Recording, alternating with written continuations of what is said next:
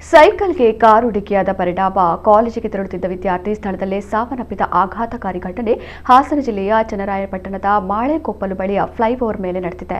16 ವರ್ಷದ ಮಂಜು ಮೃತ ಬಾಲಕ. ಈತ ಅಜ್ಜಿ ಮನೆಯಿಂದ ಕಾಲೇಜಿಗೆ ಸೈಕಲ್ನಲ್ಲಿ ಹೋಗುತ್ತಿದ್ದ. ಈ ವೇಳೆ ರಸ್ತೆ ದಾಟುವ ಸಂದರ್ಭ ವೇಗವಾಗಿ ಬಂದ ಕಾರು ವಿದ್ಯಾರ್ಥಿಗೆ ಡಿಕ್ಕಿಯಾಗಿದೆ. ಗುದ್ದಿದ ರಭಸಕ್ಕೆ ವಿದ್ಯಾರ್ಥಿ ಸ್ಥಳದಲ್ಲೇ ಕೊನೆಯುಸಿರೆಳೆದಿದ್ದಾನೆ. ಪುತ್ರನನ್ನು ಕಳೆದುಕೊಂಡ ಪೋಷಕರ ಆಕ್ರಂದನ ಮುಗಿಲು ಮುಟ್ಟಿದೆ.